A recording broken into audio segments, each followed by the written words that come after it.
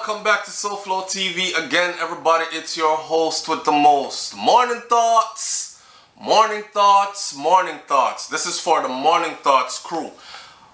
We've been having some severe weather here in my area, which is affecting our internet service and our power supply. So I have done this video for you in place of your morning thoughts show. Hopefully tomorrow morning we'll be able to get right back to going live again, because I know you enjoy the live feed where you can hear other people and you can heal up some people in the early morning and these kind of things. Alright, so I have 3 stories for you this morning, but first let me say shout out to the people I'm going out to work this morning. Shout out to the people coming in from work.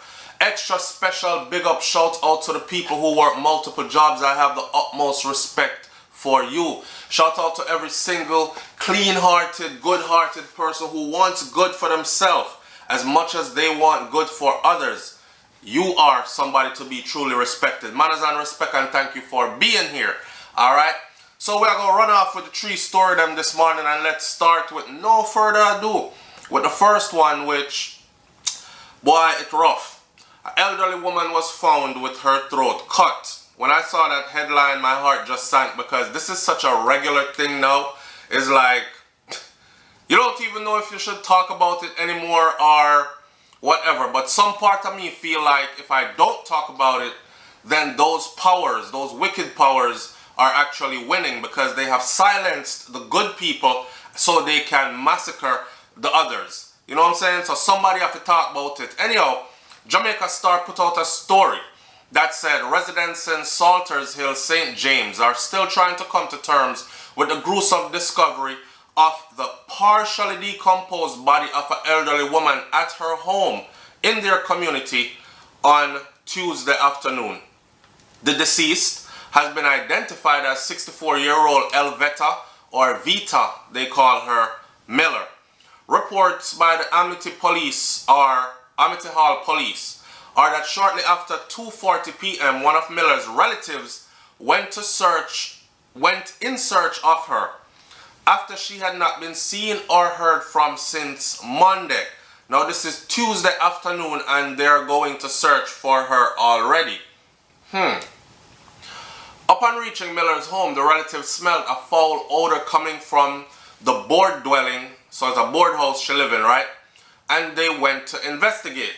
The relatives stumbled upon Miller's body, which was lying in a pool of blood inside a room. The police were summoned, and upon arrival they processed the scene and the reports that Miller's throat was slashed and her underwear pulled down to her ankles. At 64 years old, throat slashed and underwear pulled down to her ankles. Early indications are that she may have also been robbed. Residents say that Miller was a very hard-working woman and a very popular higgler who was always in a hurry to get to the market to sell her provisions. So she's known as somebody that's hustling, moving, getting her money. Always in a hurry to get to the market to set up her thing, make her money, right? A hard-working woman. This is what the residents in the area are saying. Residents says that Miller was a very hard-working woman. Popular higgler, so she's well known as well as a higgler, somebody that sells goods in the market. Vita is what they call her, and one person says Vita not do nothing to nobody, and she always a try to make life, and the wicked boy them come kill her off. This is what one resident told the Star. In the meanwhile, the police says that they are following some strong leads and they expect to make an early breakthrough at some point. Boy, you know, that's crazy, because when I do videos, like I just put out a video last week where a report was published about femicide in Jamaica. And femicide is basically the murder of the female species, killing the female species. And Jamaica is ranked at number 2 in the world. Second place, the highest rate per capita of murders, femicide murders. Femicide. It don't look good. And then you have Jamaicans that say, me not believe them numbers there. No, me not believe them numbers there. They're just trying to tarnish Jamaica, try to make Jamaica look bad and all this, we are the ones that are making us look bad. And when I say we, I'm talking about because I am a Jamaican, I say we, as in my people. I not exclude myself out of it, even though I'm not around here raping, killing, robbing anybody, male or female, but we. It is us Jamaicans that are making Jamaica look bad. Don't worry about when people on the outside start form up their funny numbers and start talk about, you know how people stay already. They exaggerate stories so the stories sound more exciting. So of course there are people out there who talk about Jamaica and really exaggerate the thing, right? But these are true stories though. And we are the ones who are giving people something bad to talk about. At 64 years old, what the... So you break into this woman's house, right? You rape her. Why else would you? Or maybe they were trying to throw the police off to make them think that through their investigation that this was a rape when it was something else. Well, I am sure that tests will be conducted, and I'm sure that the results will tell what it is they want to know, which is, was she sexually assaulted or not? I can't think of another reason why she would be found with her panties down to her ankles at 64 years old. Because I know it's not a 60-something-year-old man going to go do it. You know, this is something serious, you know, people. This is something serious. One time gone, people used to just smoke weed, ganja, herb, right? And our parents, our grandparents, I remember growing up and my uncles and my aunties, when them go burn them thing, them go far down in the bush, go banana walk and go smoke them herb and them come back, right? They make sure them put in them Visine and then wash off themselves with soap and water and things so they don't smell like ganja around their mother and father. That's the respect they had for my grandparents. But I remember how my grandparents looked at weed. Ganja. My grandfather probably would have just walked through him fields, and if he see it growing wildly, because we live in the hills there, Clarendon and on, the ground is fertile. See? So a man might flick out few seed and then a couple weeks later you go back as a plant spring up. My grandfather would have just chop through them thing there. Just chop them away. Because he's not into smoking ganja, because in their mind, ganja send you crazy. In their mind, ganja make you do things that you're not supposed to be doing, live a foul life. That is their old school way teaching and thinking about it. That is their religious, indoctrinated ways of thinking about it. I wonder if them know now. And I'm sure my grandparents don't know. But I wonder if they know now that ganja is a minor thing today in Jamaica compared to the other kinds of drugs that have flooded the island of Jamaica. You have Jamaican artists now in their music for a good while now have been, if you follow the music, you will know. A good while now they've been singing about popping mollies, which is taking pills, right? Methamphetamine. They've been singing about all other kinds of drugs. You understand?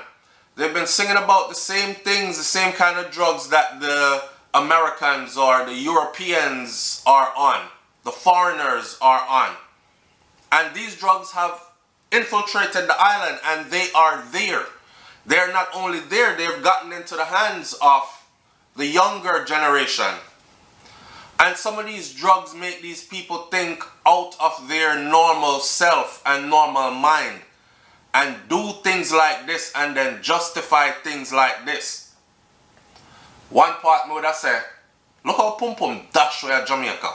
No disrespect intended to the woman them, but if you put yourself together, you know what I say, and you go out there, then it won't be hard for you as a man in Jamaica then. Right? So why a 64-year-old woman or a 60-something-year-old woman, 64, it says it right here, the deceased has been identified as 64-year-old Elveta Vita Miller. Why? 64 though? Grandmother age. Proper grandmother age. She's not old, but this is an older, more mature woman. It's just sad. Imagine finding your mom, discovering your mom partially decomposed at 64. Man, I wonder if some of them boys don't have no heart. Like, and then again, why wonder? I know some of them don't have no heart. I'm not one of the people that's gonna keep acting surprised at things that's been happening. And that's one of the biggest things that we keep doing in Jamaica is we keep acting surprised every time something like this happens, as if it never just happened before. And that the one that like one never happened right before that one. We keep acting like these things are new. You know what I'm saying? I saw Andrew Holness yesterday, the Right Honorable Andrew Holness, which is our Prime Minister. I saw him yesterday at Instagram, social media, Instagram, and he left or on his account. I shouldn't say he, because being the Prime Minister, he probably doesn't even run that Instagram page. So I saw under his image is put up, and I was assuming it was him. Under his image was put up something about the police officer that passed away recently and how outraged he is about this. And I actually left the same comment in writing that I just said to you just now. Like, sir, let's stop acting surprised at things that's been happening repeatedly over and over and over for such a long period of time. And it's not like it happens once a year. It happens on a pretty regular basis.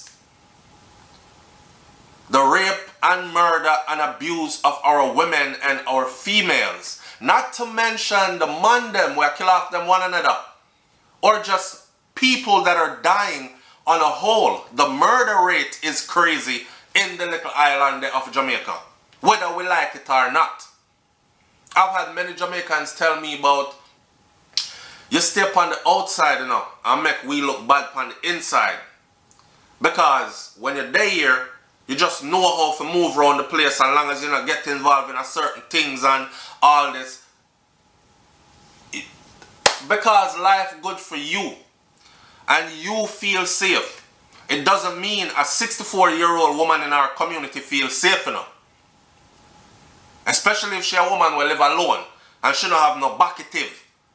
She don't have no young son, mad son around the place where people know say him will turn up the place upside down if them do anything to his mom. She don't have them kind of strong backative. Some of you forget.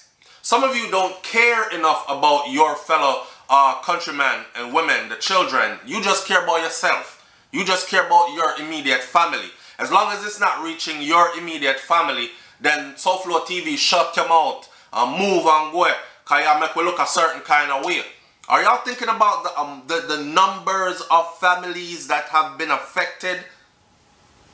Are y'all thinking about the number of children that have been left fatherless, motherless through violence? Are y'all thinking about those people? Are y'all thinking about the traumatized communities? Granny just want to go to church, but gunshot a fly through our neighborhood. She have to stay home. You thinking about that? Mommy want to do a little birthday party for the kids them outside, on the front yard. But a war are going round here now. And I don't want to drive by while my picnic them outside. I have them little birthday party. Wanna remember the John, the little boy, athletic, I believe it was soccer. He was a soccer star, was about to go places and do things with himself. And them slap with the little youth future in something that had nothing to do with him or his mother get shot up. Are y'all thinking about these people? You not think about the aftermath of these things when y'all say these things? This traumatic way of living and surviving and dealing, the trauma is handed down, you know.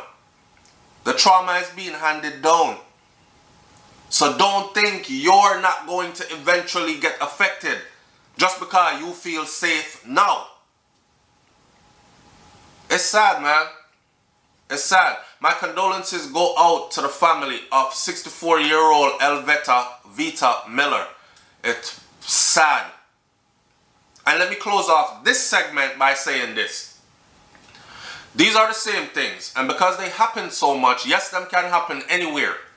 But because they happen so much in a place where you have a lot of people who have left, like most of the people I know that are Jamaican, that are in their 60s, that are connected to Jamaica but left a couple of years ago, some of them left a couple of decades ago, to go seek out opportunities overseas, build a life for themselves, accomplish some things. This is the demographic group of people that I'm talking about. They're now in their 50s and 60s, and them want to come home. Some of them 70s and 80s, just want to come lay down. Just want to come chill out in the sunshine. Just want to come be home. Nobody no want to come home, come lock up behind burglar bars and I fear hide because me did gone for 20 years, so nobody around here don't know me, and they're looking at me like food because we just come back from foreign and me scared to go outside. Who wants to live like that? So what we end up having is people who have amassed a certain amount of knowledge, a certain amount of experience, a certain amount of financial gain, and these are things, all things that they would be bringing back to the island to invest back in their land of birth, and they can't do it because they don't want to end up being some 64-year-old woman that's found with her panties at her ankles in a pool of blood inside her own home. So until we could get that through our head, we might as well just wrap Jamaica in a bow, make it look nice, and just hand it over to foreigners. Not just Chinese, Indians and others from other places, and Europeans are coming to Jamaica and they're taking up citizenship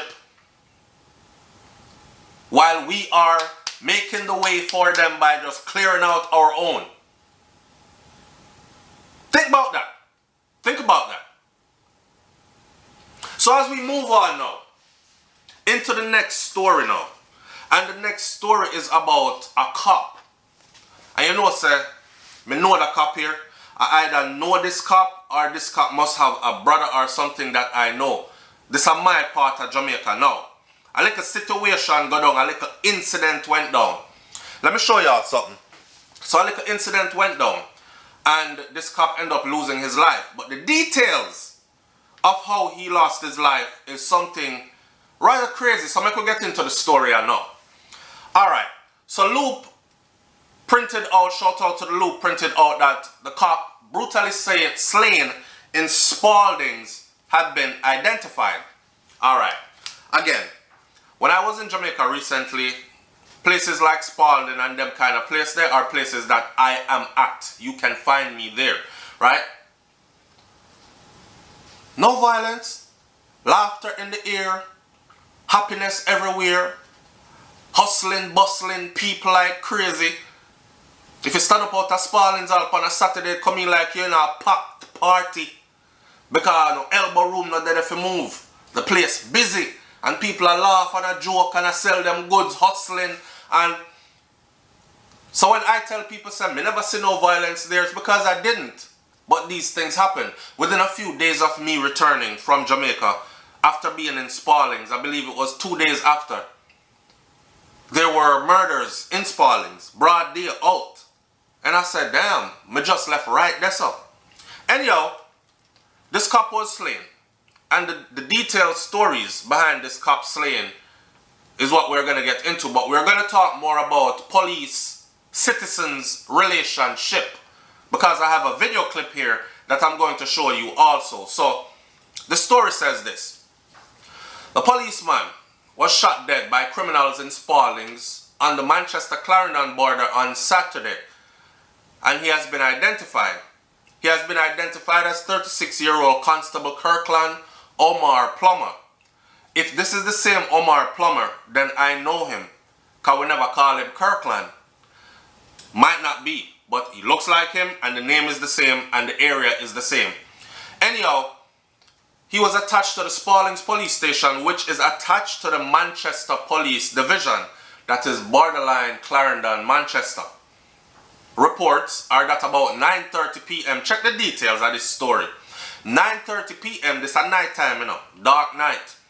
During the national curfew hours, Plummer was driving a private motor car along the Hardwood Main Road when he observed persons blocking the thoroughfare while a dance was in progress. Now, of course, they're supposed to be on a curfew, but you know we're unruly already, and some people done say them not in none of this COVID thing, life a keep as usual, so party can go on. In these parts of Jamaica though, some of them places here don't have no police station too nearby, so they can get away. Like in the hills of Clarendon, them can get away with string up a sound, play music, sell liquor, you know, dance, keep, and police might not make it there to stop, or the police them might even hear and say, sure, away over there, so me not go over there. But on this particular day, this police officer was driving a regular car, not a police marked vehicle, and he observed people block the road and party a keep. The cop said when he, or this is the story about the cop said, the cop is dead. When he stopped, because he stopped to go investigate, see what's going on, a curfew time, party can't keep now. Me have to go figure out them have a permit for this or something. So he stopped. When he stopped his vehicle, he heard explosions. Boom, boom, boom. Right? Alright. Officer, sir, may God rest your soul. But for everybody else in this line of duty, for one, you're by yourself. For two, you hear explosions. For me, that means gunshot a bus. Why are you going over there by yourself? You're not Superman. I understand you're a police officer. I understand you have the law behind your back. But the law don't stop gunshot. The law don't stop machete chop up. You understand? So you still have to protect yourself. Now, after hearing the gunshot explosion, it is said that the officer observed the man with the firearm and attempted to disarm him. This is how the story was printed. And attempted to disarm him. So him hear who I bust the shot. Him look, him probably see the sparks. Him approach them. Hey, a gun that? Yo, give me the gun, turn around, put your hands behind your back, me arrest you, whatever he did. Crazy move, man. Crazy move. They started struggling for the gun because police decided, say, I take for the gun. And this man decided, say, you now get my gun. Right? The gunman and the police started to struggle for the gun. The gunman was shot in the process and injured. The policeman was then reportedly set upon by the patrons who were at the party, and they threw big stones at him before he was shot in the head and other parts of his upper body. So them lick him down with big stone, them jump him, the crowd beat him. He got shot in the head and he got shot multiple times in the upper body. Patrons that were at the dance now, then, get this part, then took the gunman who the police was wrestling with for the gun, who the police was trying to arrest. They took the gunman, then beat the police, kill him up. Take the gunman, put him in a vehicle, carry him go a hospital. Crazy.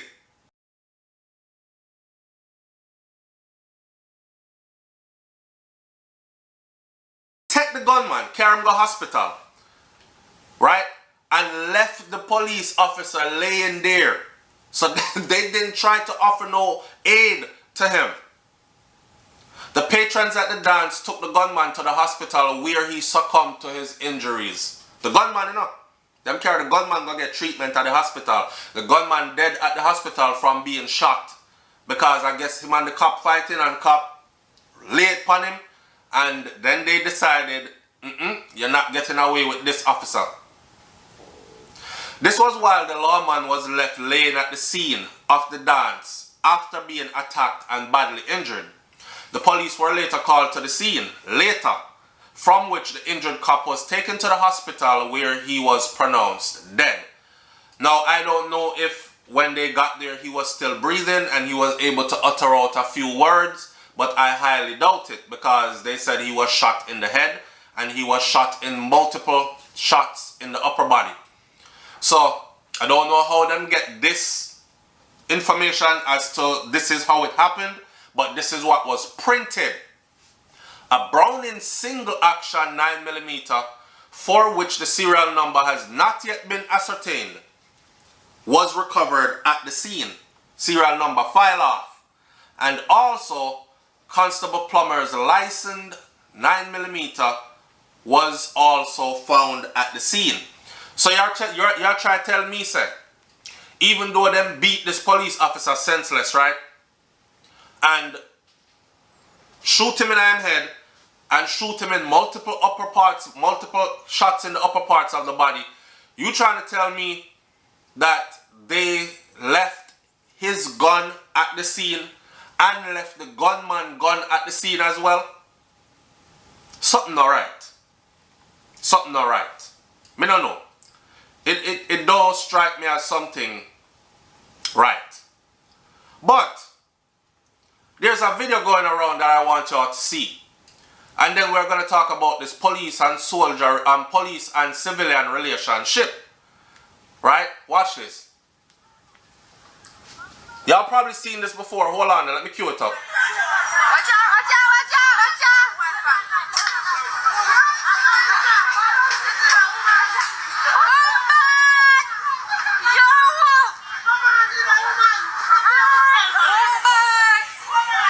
I can't show you the part where the youth head get bust up.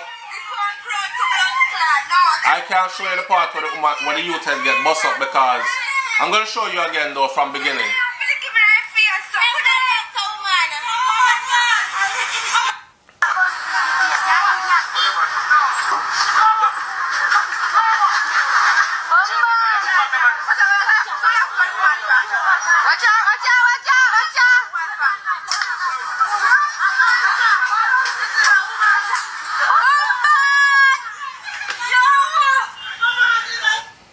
Alright, so at this point, you've probably seen this video. Okay? What happened in that video is, and I am not using the video to get in police business because videos don't normally tell the whole story. So I don't know what took place before this altercation happened. But I do know this. We have to start policing to the police them in Jamaica and respecting it to the fullest because your job is hard. Okay? Your job is extra hard, to be honest with you. Because you're working with... Your pay is not top of the line. You don't get paid enough for what you do. This is to my Jamaican police officers. You don't get paid enough for what you do. May I talk to the good one them, you know. You don't get paid enough for what you do. Your pay is not top of the line. You're ill-equipped to govern the way you're supposed to. You see? And you have a lot to fight. You have a lot that's fighting against you. From community done, who you have to side with them are, because I understand that you have your family there in Jamaica as well, so you can't even move certain way. Then bad man who have no heart and are more equipped than you. You have fire 556, them are fire 762, them kind of something there.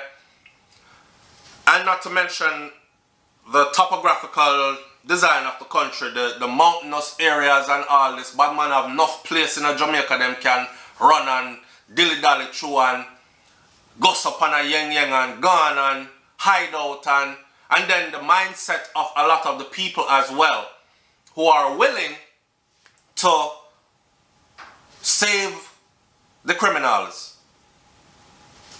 and work against law enforcement officials who are trying to better the place. So we have a lot going on. But hear what? Don't take out your frustration on the people, family. Because you see that story that now about the officer who got killed. I'm telling you this now. I turn them, I got turn the place upside down now. That's to the people in this Manchester area. But hear what? To the officers. Start governing the people them with love. You understand? I understand you have to be firm because you're enforcing the law and you're a police officer. And unruly people require that you deal with them firmly. Else they're going to run all over you and tear you down. But when I watch a video like that, the speed at which him bust a man the forehead is a busted in a man. You have fractured the man's skull. Blood are washed down his face now. That was like a punch push he gave that woman. And to see how the officer big and strong and look like him living in a weight room somewhere and he's taking all the supplements in the world, protein shake and vitamins and these things, and hitting the gym. Obviously the woman was no match for him. The punch push that way him give the woman, I don't know if that's her man, or if that's her son, or if that's her lover or what, but obviously they are related in some way.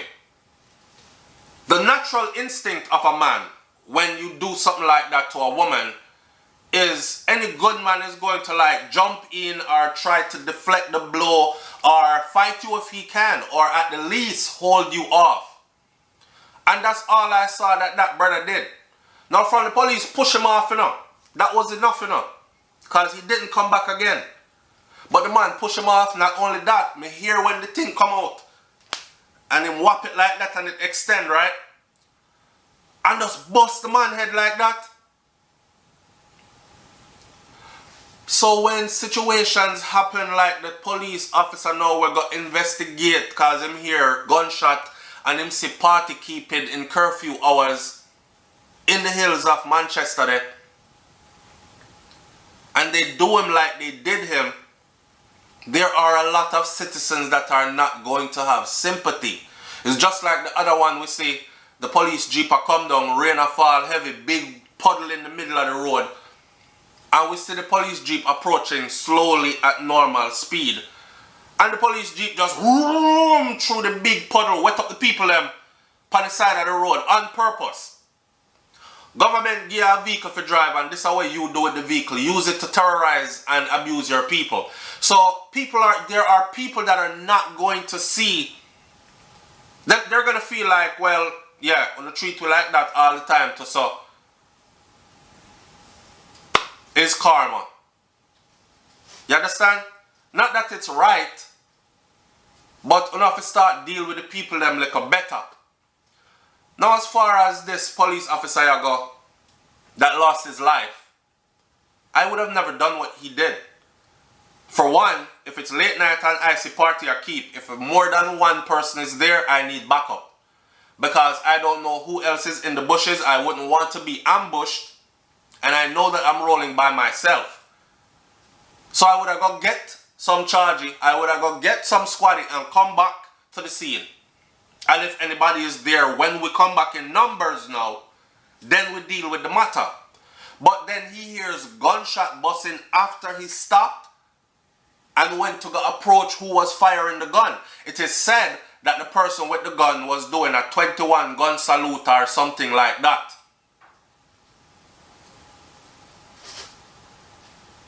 Where y'all go over there for?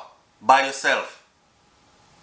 You really thought that somebody with an illegal gun was going to say, here officer, take my gun, I shouldn't have been firing it here. And here are my two hands, handcuff me please, I'm sorry, take me to jail, persecute me to the fullest extent of the law. Did you think that's what was really going to happen? So,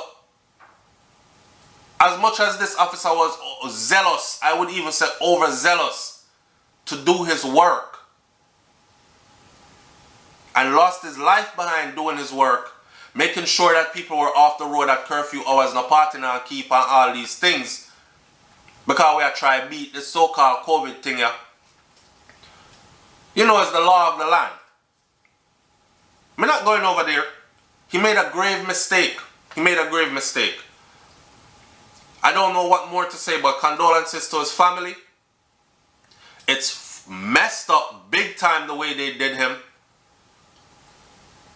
And the place is definitely going to run hot now. Because one thing me know about soldier and one thing me know about police. You see, from you touch one of their own, foot a get kicked wet in that area. So, them are going to turn the place upside down till them find who. that community is going to have to spit out who it was, or you don't know the rest go already.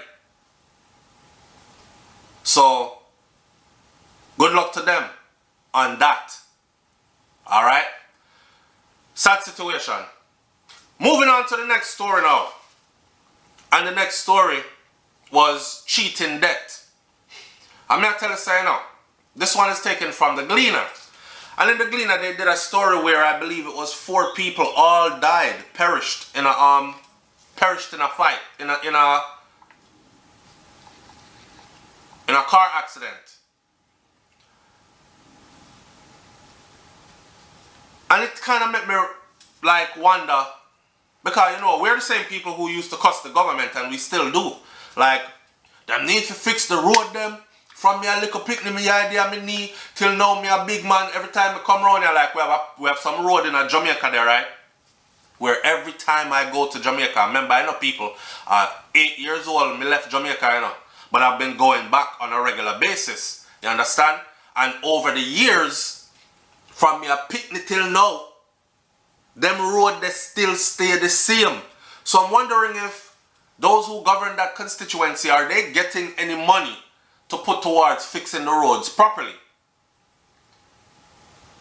Are they getting any money towards fixing these roads properly?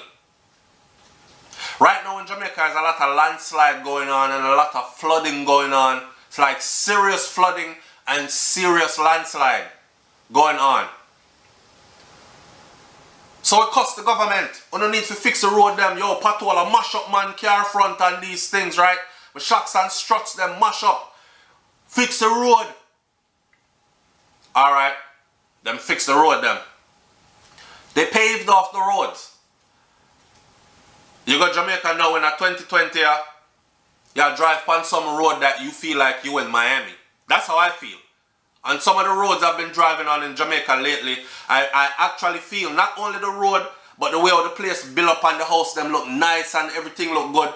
I feel like I feel like in a Miami, like I just left Miami, got on the plane, or just left Fort Lauderdale, get on the plane. I feel like somebody just went to a different part of Florida. The place look good. The road them look good. Why did we start taking our roads now that them fix? Because when them never fix, you couldn't race your car them. You couldn't drive 100 miles per hour to get to where you going. You know, so you had to wake up early and take time with your vehicle because you don't want mashed up on the road and you have places to go and people to see. Appointments to keep, right? So now that the road fix, I find the people them leave them house 10 minutes before they're supposed to be where they're supposed to be, and everybody there up on the road are zing, yung, vroom, vroom, vroom, overtaking upon some wild, yo. When me and my wife are driving now, and we did Jamaica last time, and we started videotaping, and we have videotape, and every time we are driving now, but we driving slow. People are honk them hand, bam, bam, bam, like come out of the way now. I'm not moving. I'm driving slow. But I could get killed too by some crazy person who I drive fast. So my thing is this. Some of the overtaking that I have seen and some of the zing out them fly past you and your vehicle rocks up. It was hot. Yo, sometimes I was like this. Blow. Like we were both like, oh my god, am I gonna lick? No. And then it's gone through. That's what it was like watching them. So when a story like this now, man, the story says Kimani Steele is still in shock as he remembers disembarking the Toyota Fielder death car around 15 minutes before the fiery collision along the Queens Highway in St. Anne, which killed 4 members of a family on Sunday morning. 4 members, a head-on collision. Steele, a security guard, looked on in disbelief as he saw the bodies arriving at the St. Anne's Bay Hospital hours after he had cheated death by just merely getting out of the vehicle 15 minutes before the madness happened. What makes the event more chilling is that he remembers them discussing the probability of accidents during the journey. Why would they be doing that? Maybe the driver did not drive too fast and the people in the vehicle say, like, Sonny, slow down now, man. You don't have to drive so fast enough. And he's probably saying, no, man, I have this, man, everything good. Zoom, zoom. And the man where I get out probably I say, hey, you're going to crash now if you don't drive better than this or slow down or something. You know, set the road wet. All kind of something, right? Why else would they be discussing the probability of accident on this particular journey? And 15 minutes before, you're lucky, you know, brother. You're lucky, you know. 15 minutes before you step out of the vehicle, you know. You're lucky, you know. And I'm sure you know that too. Me give thanks to be alive, but me feel bad for everybody so them gone. Nobody had a chance to tell the tale, Steele told the Gleaner. Beatrice Brown, who lives in the community of Greerfield, she lost 2 daughters, 1 granddaughter, and her son-in-law in this one accident. My prayers go out to her. I can't, boy, you lose your 2 daughters them one time, plus your grandpicnic, plus your son-in-law. This is enough to send somebody crazy. And I hope that mental health specialists and grief counselors will swoop down on her because she's going to need it. This is something that can drive somebody crazy. Losing 1 child is tragic and heavy on anybody. Losing 2 children at once, plus a grandchild, and one of your daughter's spouse, that's enough to send anybody crazy. She's gonna need help. It's an awful death. Everybody feel it. Brown said she broke down when she heard the news. She says it's an awful death. Everybody feel it. As friends and neighbors from the area came by to give their support, they encouraged her to pray and to remain strong. Them bearing up, you know. Them feel it, but them bearing up, Brown said. The police reported that about 7:50 a.m. the Toyota Fielder motor car with 4 persons on board was traveling westward towards Trelawney when it got out of control and slammed into a Mercedes-Benz traveling in the opposite direction. I don't know what happened to the people of the Mercedes-Benz. The Toyota Fielder then overturned and burst into flames. 2 occupants of the car were flung from the vehicle, but 2 were trapped inside the vehicle and they burnt to death. So the 2 will get flung out of the vehicle. Upon impact, they died. 2 got trapped in the vehicle. They died. The victims have been identified as Sister Katie Ann Howard, 34 years old, Rihanna Howard, 14 years old, along with Katie Ann's daughter, Jade Ann McLean, who was 13 years old, and Jason Gale, Katie Ann's common-law husband, and he was the driver of the ill-fated vehicle. May I close this video? No. And the crazy part is this. Katie Ann was reported to be pregnant as well.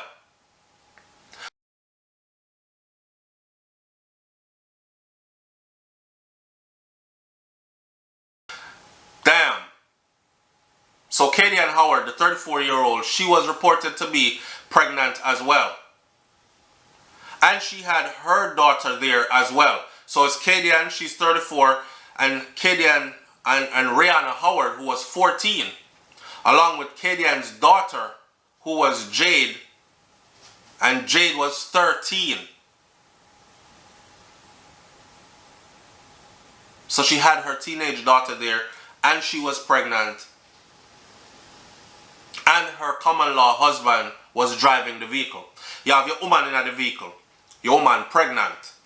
You have, I'm not blaming him, because at this point, blame don't really work. But we have to say what it is. You understand? At some point, we have to take responsibility. You have your woman in the vehicle. She's pregnant. Right? You have other young people in the vehicle. You have yourself in the vehicle. Why are you flying to go to where you're going? Why are you speeding to get to where you're going? And could have caused other people them life because they head on with a Mercedes Benz, right? Boy, it's sad. Lloyd Garlick, former council of the Montague Division, knew Kadian well as she had worked with him during his campaign, and he said that he was devastated that he heard the news, and he prayed that it wasn't her who was in the accident, but it was. He said, when I heard of the accident, I was shocked. I was sad. I was out of my place. Even now, I'm still mourning the loss of this young lady. Very talented person. When I heard of the accident, he said he was sad. Kadian was just a great young life that has gone too early. I'm really saddened at her passing, and I want to reach out to the parents and the relatives and to her friends and to that community. The police believe that the speeding may have contributed to the accident. And the police said that based on what they have gathered, the fielder seems to have been speeding and it got out of control of the driver and ran into the Mercedes-Benz, then overturned and burst into flames. The superintendent in charge of the St. Anne Police, Carlos Russell, told this to the news.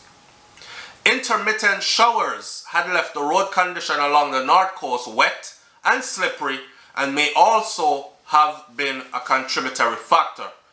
Russell is appealing to motorists to take extra precautions along the roads, especially during this rainy period. Jamaica's crash fatalities for 2020 are almost on par with that of last year. Numbers.